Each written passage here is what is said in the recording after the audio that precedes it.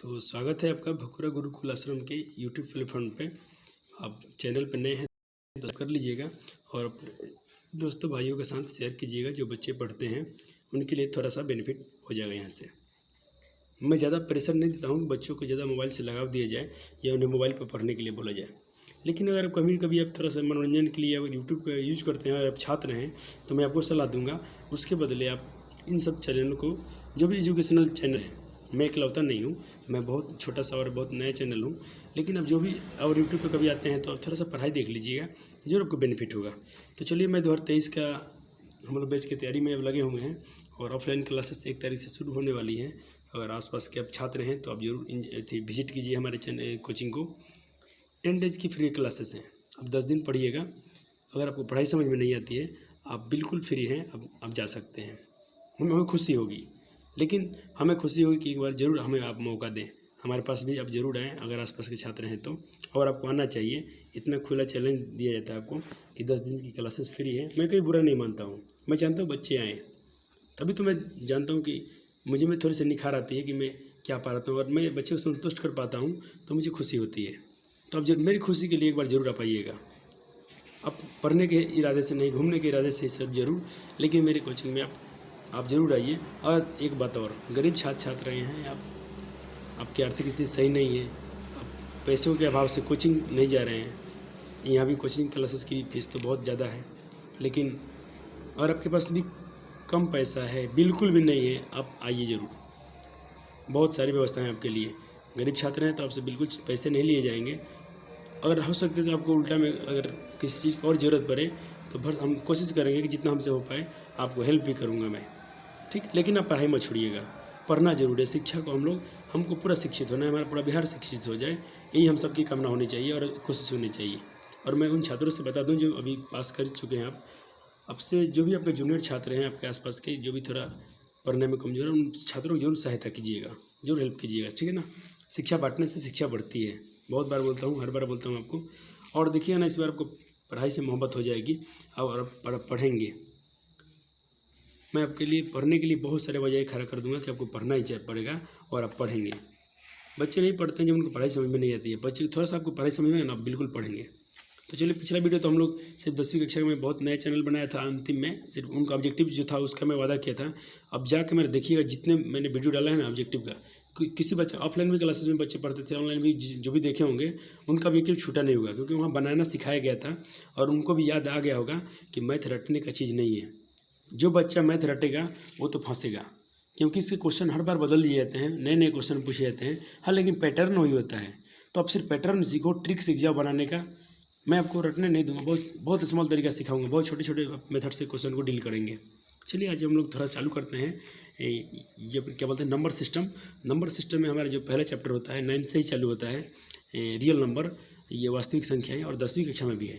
लेकिन 10वीं कक्षा में चालू करने से पहले आपको बेसिक बातें जानना फिर से ज़रूरी है। आपने 9th क्लास में पढ़ा होगा, मुझे पूरा उम्मीद है। नहीं पढ़े होंगे कोई बात नहीं। चलिए, एक बार फिर से हम लोग रिकॉल कर लेते हैं कि हम लोगों ने 9th क्लास में या छोटी कक्षाओं में क्या सीखा था इन नंबरों के बारे में। पहला हमारा नंबर आता है नेचुरल नंबर क्या है। इससे ही पहले आता है कि हमारा अंक होता क्या है। तो मैं अंक के लिए आपको बता दूं, अंक का डिफिनेशन मैं आपके सामने दिखा रहा हूँ। ऐसा इसको डिनोट कर, इसको आप लोग डिफाइन कर सकते हैं। डिजिट, अंक किसे कहते हैं? डिजिट। तो डिजिट उसे बोलते हैं जो 0 से 9 तक की जितनी भी संख्या है वो डिजिट कहलाती है। अर्थात 10 अंक संख्या अंक जो होती है 10 अंकों की होती है। कौन कौन? 0 से लेकर 9 तक जुड़िए 10 नंबर होंगे। ये क्या है? अंक है। लेकिन अब चलिए, अब चालू करते हैं हम लोग कि अपने नेचुरल नंबर क्या है। What is natural number? ये प्रकृति संख्या होती क्या है? तो आपको एक छोटी सी भाषा में याद दिला दूँ। प्रकृति संख्या जब हम लोग बचपन में थे, हिंदी के बाद अगर मैथ हम लोग जिस दिन पहला लेटर हम लोग को सिखाया गया होगा वो लेटर होगा 1। क्या होगा? 1। अर्थात 1 से शुरू होकर गिनती में आने वाली सारी संख्याएं जो होती हैं वही तो नेचुरल नंबर है। वही क्या है? प्रकृति संख्या है। याद हो गया? 1 से शुरू होकर गिनती में आने वाली सारी संख्याएं क्या है? नेचुरल नंबर है। जितनी हम गिनती कर सकें, जहाँ तक हमारी पहुँच है, संख्याओं की समझ है, वो सारे नेचुरल नंबर। इसकी कोई लिमिट नहीं है। कोई बच्चा बोल सकता है मैं 100 तक जानता हूँ गिनती, कोई 100, 200, 400, 500, लाख, करोड़, जहाँ तक आप डिफाइन कर ले, जहाँ तक आप गिन सके, गिनती में आ जाए संख्याएं, सब नेचुरल नंबर है। तो नेचुरल नंबर का पहला लेटर स्मॉल कैपिटल N है, तो इसीलिए हम लोग इसे इसको हम लोग इन संख्याओं को, प्रकृत संख्याओं के समुच्चय जो भी है, इनका संग्रह जो है, इनका जो ग्रुप है, उनको हम लोग बड़े एन से डिनोट कर सकते हैं। अर्थात हम लोग लिख सकते हैं 1 2 3 4 5 इत्यादि डॉट डॉट डॉट। अब प्रकृत संख्या में एक बात याद रखिएगा, प्रकृत संख्याओं की संख्या जो होती है बहुत असीमित है। असीमित बोले तो अपरिमित रूप से बहुत सारे संख्याएं हैं जहाँ तक आप गिनती कर लें। लेकिन वहाँ से एक बात, छोटी सी बात है लेकिन बहुत इंपॉर्टेंट बात है ये, लेकिन सबसे छोटी प्रकृत संख्या जो होती है वो 1 होती है। कौन सा 1? प्लस में 1, यहाँ माइनस वाला 1 मत समझिएगा। तो सबसे छोटी प्रकृत संख्या क्या होती है? 1। Which is the smallest natural number, सबसे बड़ी छोटी संख्या क्या है? स्मॉलेस्ट। तो इसको आप यहाँ 1 रखेंगे। लेकिन सबसे बड़ी प्रकृत संख्या नहीं होती है, ठीक है ना, सबसे बड़ी प्रकृत संख्या होती नहीं है। कोई बोलेगा कि सबसे बड़ी संख्या 101 है, तो कोई बच्चा ये भी तो बता सकता है कि 102 भी होता है, तो 112 हो गया। इसलिए छोटी प्रकृत संख्या पूछे तो एक बार याद रखिएगा, बड़ी प्रकृत संख्या नहीं होती है। अब आइए इसके बाद होल नंबर के पास में, यानी पूर्ण संख्या के बारे में आप थोड़ा सा हैरान होंगे कि सर बार बार ये जो भी हमें समझते हो भैया, क्यों मैं बार बार इसको इंग्लिश में तो डिफाइन कर रहा हूँ आपके लिए, क्योंकि आप थोड़ा सा भी आपको एहसास हो गया होगा कि आपको इंग्लिश में पढ़ना बहुत ज़रूरी है। क्योंकि आप इंग्लिश में इस बातों को नहीं जानेंगे तो कहीं कहीं क्वेश्चन संख्याओं का नाम 2-3 नाम होता है, वहाँ फंस जाते हैं। सबका निचोड़ है कि आप इंग्लिश में उसको एक बार याद रखें, तो हिंदी में आपको कितना भी भुलवाया जाए, कितना भी आपको एग्जामिनर थोड़ा सा आपका दिमाग का माइंड का टेस्ट ले, आप वहाँ से पीछे नहीं हटेगा। और आप डरिएगा मत, ठीक है ना। इस बार मैं आपके लिए खड़ा हूँ। पिछले बार तो समय कम था, फिर भी मैंने बहुत कोशिश की, जितना हुआ उतना किया। लेकिन आपका ऑब्जेक्टिव मैं छूटने नहीं दिया हूँ। ऑब्जेक्टिव पूरा 100 में 100 कराया था। आपका पूरा 50 में 100 क्वेश्चन में 100 क्वेश्चन पूछा गया, तो आप आराम से उसका 70, 80, 90 के क्वेश्चन के आंसर जानते थे आप। और मैं ये बात पहले से बोल दिया था कि मैं जितना पढ़ा रहा हूँ आप इसको सीख जाइए, इसको थोड़ा सा रिविज़न कर लीजिए, आपका सिंगल क्वेश्चन नहीं छूटेगा। और ऐसा हुआ है। बच्चे थोड़ा 1-2 क्वेश्चन, मतलब पहला दिन पेपर था तो थोड़ा बच्चे प्रेशर में थे, डर गए थे, तो 1-2 क्वेश्चन में गलती हुआ है, तो 48, 49, 47 ऐसा बच्चों ने परफॉर्म किया है मैथ में। इस बार मेरा जितने भी ऑफलाइन क्लासेस के थे बच्चे अच्छा स्कोर किए हैं। मैं 1-2 बच्चे मेरे पास ऐसे थे जिनको मेरे पास जब आए थे उनको गिनती पढ़ना नहीं आ रही थी, गिनती भी पहचानने में उनको तकलीफ हो रहा था। जोड़ घटाव सब इतना सब सिखा के वो लोग अच्छा स्कोर किए हैं मैथ में। अभी तो मैं ऑब्जेक्टिव में जुड़ा हूँ तो सिर्फ वो लोग 45, 46, 47, 48 के आसपास गए हैं। और उनका मुझे अनुमान है कि और सब्जेक्टिव में भी बनाए हैं, बहुत अच्छा स्कोर किए हैं। अब रिजल्ट आने दीजिए तो, लेकिन ऐसा अनुमान लग रहा है कि 80, 90, 50 में वो लोग 80 से आसपास के पार कर गए हैं आराम से, हंसते खेलते, बहुत कम समय में। ठीक है, तो आप जुड़िए हमसे। आपको लगता है मैथ में डर, आइए हमारे घर, मैं आपका पूरा मैथ का निवारण करूँगा इस बार, ठीक है ना। आप डरिएगा मत, सिर्फ आप खाली संख्या पहचानिएगा कि कौन 50 है, कौन 24 है, 30, 40, खाली गिनती आपको आना चाहिए। गिनती पहर आप करके आइएगा, बाकी आपको कुछ नहीं आता है। एक बार हमें से बोल दीजिएगा सर हमें जोड़ घटाव से 0 से पढ़ाइए, क्योंकि आपको भी खुशी होना चाहिए। 0 खोज हम लोग का मतलब भारत में ही हुआ था, आर्यभट्ट ने किया था, तो 0 का खोज हुआ है, तब 0 भी 0 से पढ़ा दिया जाएगा। आपको बिल्कुल नहीं डरना है। मैं बोलता हूँ आप डरना है तो जिन विषय में हेल्प आपको ज़्यादा मेहनत करनी चाहिए वो सब विषय हैं SST वाले, उसमें बहुत डेट तारीख आपको याद करने होंगे, क्योंकि वो सब ज़्यादा याद करने की विषय है। उसमें आपको मैं समझा दूंगा, वो भी बहुत मजा आएगा आपको। जब मैं आपको SST पढ़ाऊँगा आपका पूरा खोपड़ी में उतर जाएगा। फिर भी उसके जो डेट हैं, तारीखें हैं, जो घटनाएं घटी हैं, उसको तो आपको मेमोराइज करके रखना पड़ेगा। और मैथ इतना खूबसूरत विषय है कि इसमें आपको सिर्फ फार्मूले याद करने हैं और कुछ नहीं, बाकी सीखना है, आपको सिखा दिया जाएगा। एक बार आप गाड़ी चलाना सीख गए तो कोई भी गाड़ी आप चला सकते हैं आसानी से। कोई भी कंपनी आपको बाइक दे दिया जाए, अगर आप बाइक चलाना जानते हैं तो कोई बाइक चला लेंगे।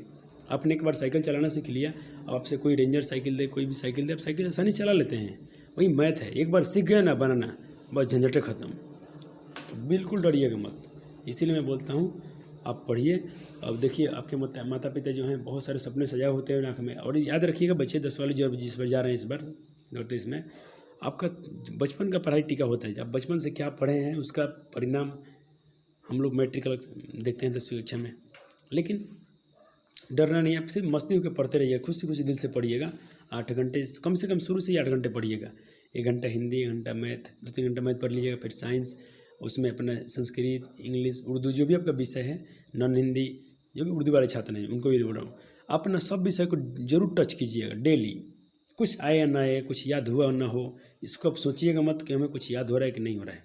आप सिर्फ पढ़ते जाइएगा, ठीक है ना। डेली आप सब विषय जितने आपके बुक हैं, 4 आपका SST में हो गए, 3 आपका साइंस हो गया, 7 बुक हो गया, और 1 आपका मैथ हो गया, 8 बुक, और हिंदी 1 9 बुक, एक और आपका ये इंग्लिश 10 बुक आपका हो गया टोटल। यानी 1-1 घंटा पढ़ेंगे तो आपको 10 घंटा कम से कम तो पढ़ना ही पड़ेगा, इतना पढ़ना चाहिए। हाँ, अब ये टेंशन मत लीजिए कि हमको 10 घंटा पढ़ के याद करना है, मत, कुछ नहीं, सिर्फ मज़ा करना है, आपको मस्ती करना है। 10 घंटे सिर्फ आपको बुक के साथ जुड़े रहना है, ऐसे ही जो भी आपको दिल करे खुशी खुशी उसको रीडिंग कर लेना है, बस आपका 100% तैयारी अच्छा होगा। कहीं भी पढ़े आप इस पैटर्न को जरूर फॉलो कीजिएगा, आप एक बहुत सक्सेस स्टूडेंट बन जाएंगे। तो पूर्ण संख्या क्या होती है, होल नंबर क्या होता है, तो देखिए प्रकृत संख्या तो आपने समझ लिया, 1 से शुरू हुआ था, छोटी प्रकृत संख्या में जाना, लेकिन उसमें अगर 0 पहले लिख देंगे ना, ये क्या है, प्रकृत संख्या है, सिर्फ यहाँ 1 के पहले 0 लगा देंगे आप, चाहे शामिल इसमें कहीं भी 0 शामिल कर लेंगे, वो आपका होल नंबर बन जाएगा। क्या बन जाएगा, whole number, WHOLENUMBERS, whole numbers बोले तो संख्याएं हो गया, यानी होल नंबर भी हम बोलते हैं पूर्ण संख्या को, एस लगा है तो यहाँ संख्याएं हो गया, बहुवचन के लिए, प्लुरल के लिए। तो होल नंबर समझ में गया, 0 लगा देंगे पहले, तो इसको आप लोग W से डिनोट करेंगे, किससे, W से। क्यों, क्योंकि W में देखिए होल नंबर का पहला लेटर W है, इसलिए नेचुरल नंबर का पहला लेटर N है, इसलिए इसे N द्वारा डिनोट किया गया, इसे W द्वारा किया गया। चलिए अब दूसरे संख्या के बारे में चलते हैं। अब आइए हम लोग चलते हैं इवन नंबर। इवन नंबर बोले तो सम संख्या। सम संख्या किसे कहते हैं, वे प्रकृत संख्याएं जो 2 से पूर्णतः विभाज्य हैं, यानी 2 से पूरा भाग लग जाए, सम संख्याएं कहलाती हैं, अर्थात इवन नंबर कहलाती हैं। जैसे में क्या है, 2, 4, 6, 8, 10, ये सब क्या है। लेकिन कोई संख्या है, वे प्रकृत संख्या है जो 2 से पूर्णतः विभाजित नहीं है, क्या है, विषम संख्याएं कहलाती हैं। जैसे में कौन कौन, 1, 3, 5, 7। ध्यान दीजिएगा, इसमें एक बार में डिफाइन कर, दोनों उसका फॉर्मूला एक ही लाइन में लिख दिया गया है। सम संख्या विभाज्य हो, पूर्णतः विभाज्य हो, वो क्या कहलाती हैं, सम संख्या कहलाती हैं। वे प्रकृत संख्याएँ, वे प्रकृत संख्या जो 2 से पूर्णतः विभाजित हो, सम संख्या कहलाती है। एग्जाम्पल में आप बोल सकते हैं 2, 4, 6, 8।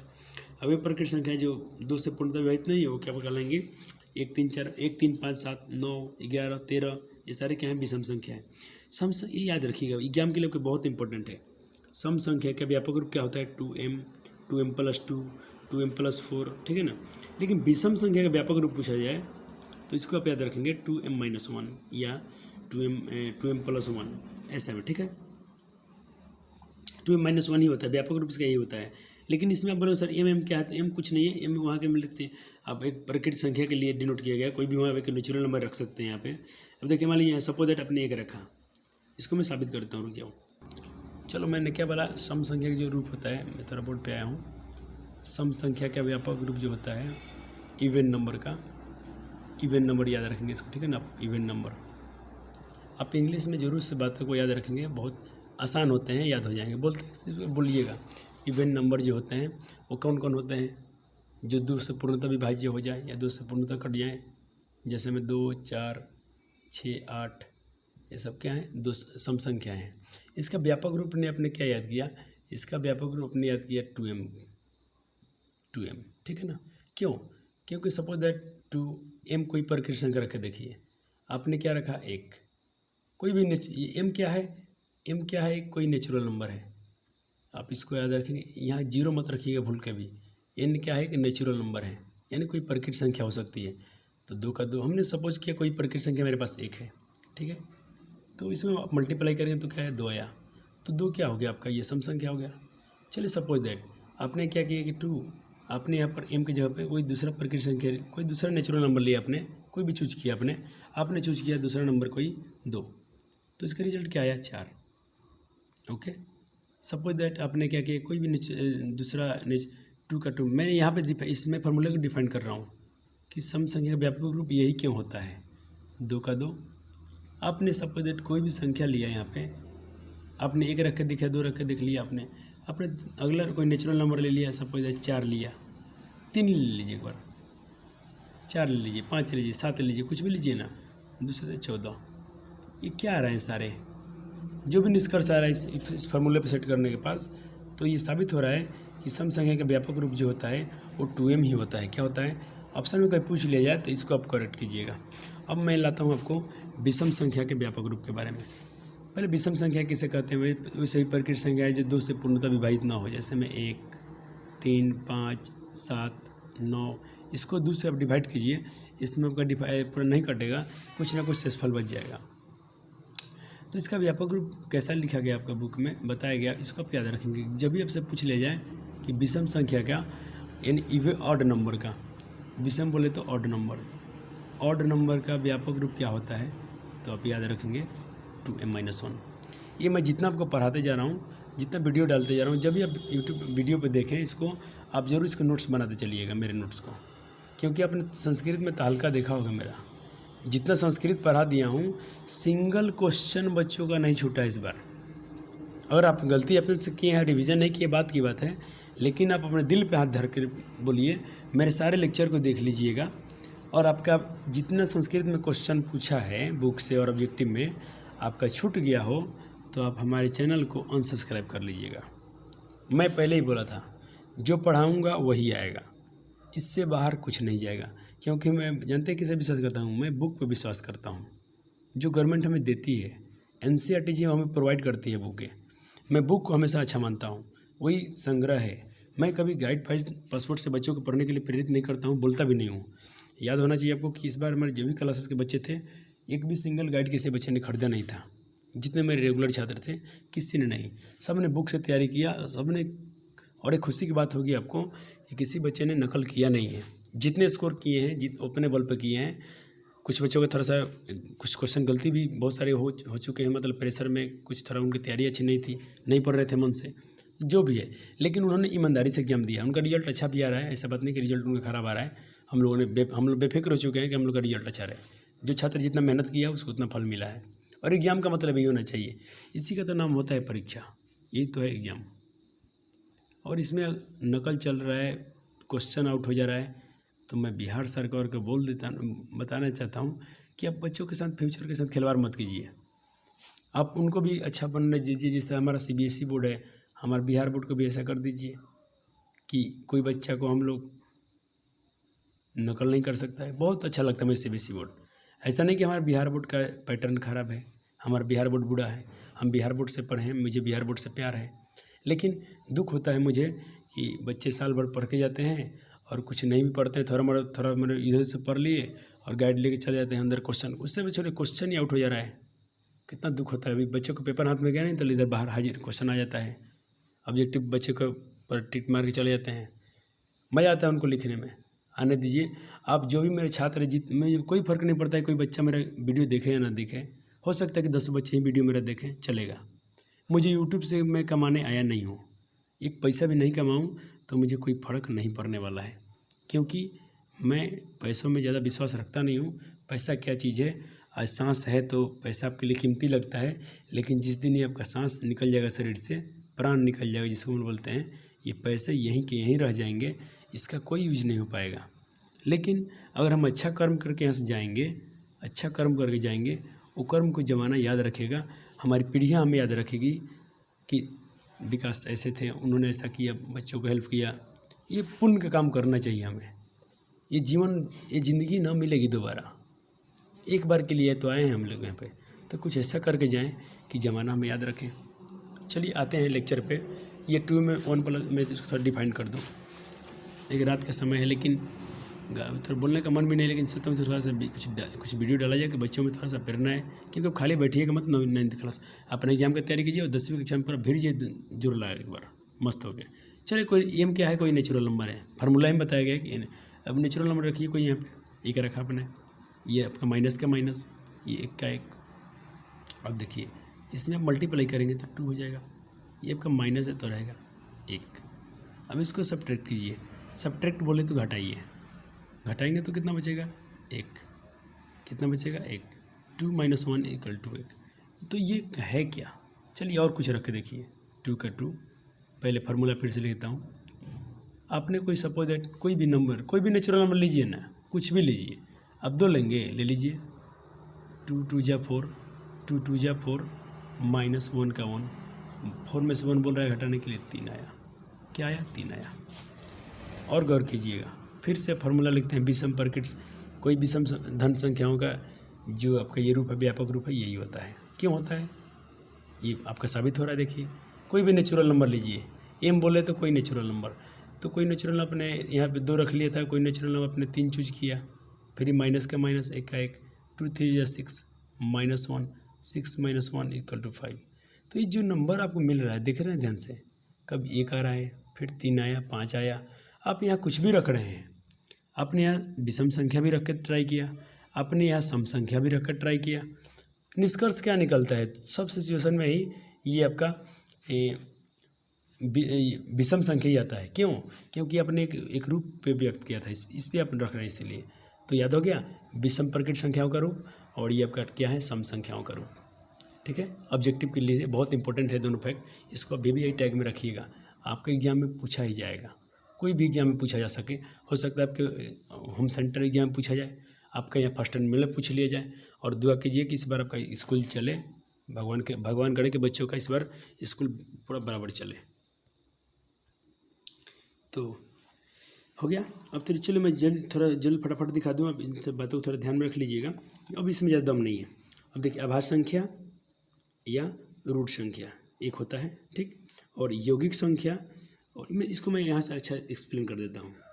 इसका डिफिनेशन ऐसे पढ़ लीजिएगा। ओके, मैं सारे वीडियो को दिखा रहा हूँ, पहले पढ़ लीजिए, मज़ा आ जाएगा। इसमें ज़्यादा कुछ रखा नहीं है, मैं इसको ज़्यादा। और ये देखिए इंटीजर नंबर, हाँ, को प्राइम नंबर को थोड़ा अच्छा से पढ़िएगा। सह आभास संख्या किसको कहते हैं? तो वैसी दो संख्याएँ, वैसी प्रकृत संख्याएँ जिनका मौसा बोले तो हाईएस्ट कॉमन फैक्टर यानी महत्तम समापवर्त्य एचसीएफ जो एक आना चाहिए। तो देखिए 2-3 का एचसीएफ एक होता है, 4-5 का एचसीएफ एक होता है, 13-17 का एचसीएफ एक होता है।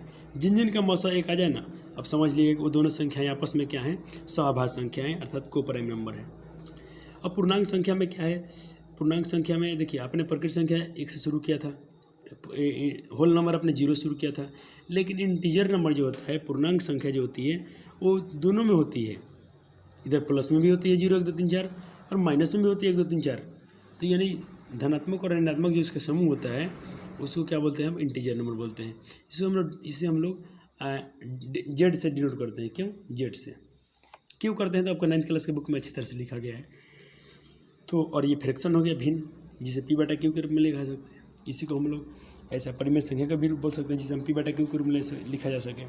तो आप इतने डिफिनीशन को जरूर कर लेंगे। ये आपका परिमेय संख्या हो गया, रेशनल नंबर, ठीक है ना, जिसे हम p/q के रूप में लिख सकें, जहाँ p और q क्या हो, नॉट इक्वल 0 हो। बस यही डिफिनीशन याद रखिएगा। परिमेय संख्या का व्यापक रूप p/q होता है, या वैसी संख्या जिसे हम p/q के रूप में लिख सकें जहाँ पर जहाँ p और q क्या है, एक पूर्णांक है, और q नॉट इक्वल 0, यानी जिसका हर जो होता है, q क्या हर में है, हर 0 नहीं होना चाहिए। ठीक है, ये आपका हो गया। और ये आपका धनात्मक परिमेय समतुल्य, ये सब 7वीं क्लास 8वीं क्लास में आपने पढ़ा होगा, उतना यूज नहीं है, लेकिन थोड़ा इसको देखना थोड़ा ज़रूरी है। तो बस इनको थोड़ा सा पढ़ लीजिएगा, ये बहुत इंपॉर्टेंट फैक्ट है। ये आपको ऑब्जेक्टिव में बहुत मज़े आएंगे बनाने में क्वेश्चन को, क्योंकि पूछता है क्वेश्चन कभी कभी कि सबसे छोटी भाज्य संख्या, क्या पूछेगा? सबसे छोटी भाज्य संख्या और सबसे छोटी अभाज्य संख्याओं का गुणनफल क्या होता है? तो अभाज्य संख्या या रूट संख्या आपने यहाँ पढ़ लिया, ठीक, और अभाज्य या अभाज्य या संयुक्त या समष्टि, ये 4 नाम बिल्कुल आप दिमाग में रखिएगा। और इन सब का बाप है कि आप याद रखिएगा, दारासिन कंपोजिट नंबर, इंग्लिश में काम खत्म। कंपोजिट नंबर का ही बोलते हैं समष्टि संख्या, संयुक्त संख्या, यौगिक संख्या, भाज्य संख्या, ठीक है ना। तो चलिए, थोड़ा आवाज़ बैठ गया, मतलब उतना बोलने की इच्छा नहीं हो रही है अभी, लेकिन इतना आपको मैंने समझा दिया। उम्मीद करता हूँ कि आपने पढ़ लिया होगा। और आपको और बहुत सारे यहाँ डिफिनीशन है, इसको भी थोड़ा आप देख लेंगे। इंटीजर नंबर, इरेशनल नंबर का ये आपने इसको पढ़ लिया होगा, इसमें ज़्यादा दम नहीं है, लेकिन इसमें मैं आपको मज़ा आएगा। अगला लेक्चर जो लेके आऊँगा, तो इसमें मैं आपको क्वेश्चन बनाना सिखाऊंगा और ऑब्जेक्टिव क्वेश्चन पहले कराऊंगा। इसमें जितने ऑब्जेक्टिव पूछते हैं इस चैप्टर से, वो करा दूंगा, फिर आपका सब्जेक्टिव, या पहले सब्जेक्टिव करा के फिर ऑब्जेक्टिव करा दूंगा, ठीक है ना। बाकी इतना आपको ज़्यादा ध्यान नहीं देना इन सब पर। ये आपका मेन डिफिनीशन थे, जो अपने क्या बोलते हैं, नंबर सिस्टम में जानना जरूरी था। तो उम्मीद करता हूँ कि वीडियो आपको अच्छा लगा होगा और आपको मेरी डिफिनीशन आपको पसंद आए होंगी। और ये कॉम्प्लेक्स नंबर आपको ज़रूरत नहीं है अभी, बाद में उच्च क्लासों के लिए है सब। कॉम्प्लेक्स नंबर अभी आपको नहीं पढ़ना है, आपको रियल नंबर से चालू करना है, आपका 10th क्लास 9th क्लास, ठीक है ना। ये क्या है, कंपटीशन वाला बुक है, थोड़ा बच्चों के लिए जो भी तैयारी करते हैं उनके लिए है। और ये बिपिन यादव का लिखा हुआ बुक है ये, आप भी इसको देखे होंगे कभी। लेकिन चलिए ठीक है, हम लोग लगे हैं अपने तैयारी में। और इस बार हम लोग 23 में आप बहुत मस्त होकर पढ़िएगा, कि टेंशन मत लीजिए। खाली आप 8-10 घंटे जो भी जिससे बताया हूँ सब विषय को डेली एक पेज पढ़िए। 1 घंटा हिंदी पढ़ लीजिए, 1 घंटा इंग्लिश, 1 घंटा संस्कृत, 1 घंटा मैथ, 1 घंटा कम से कम तो इतना पढ़िएगा। इससे बेनिफिट आपको होगा ना कि आने वाला समय आप ज़्यादा पढ़ने लग जाएंगे, क्योंकि पढ़ाई से आपको मोहब्बत हो जाएगा, आपको पढ़ाई समझ में आने लगेंगी। थैंक यू, धन्यवाद।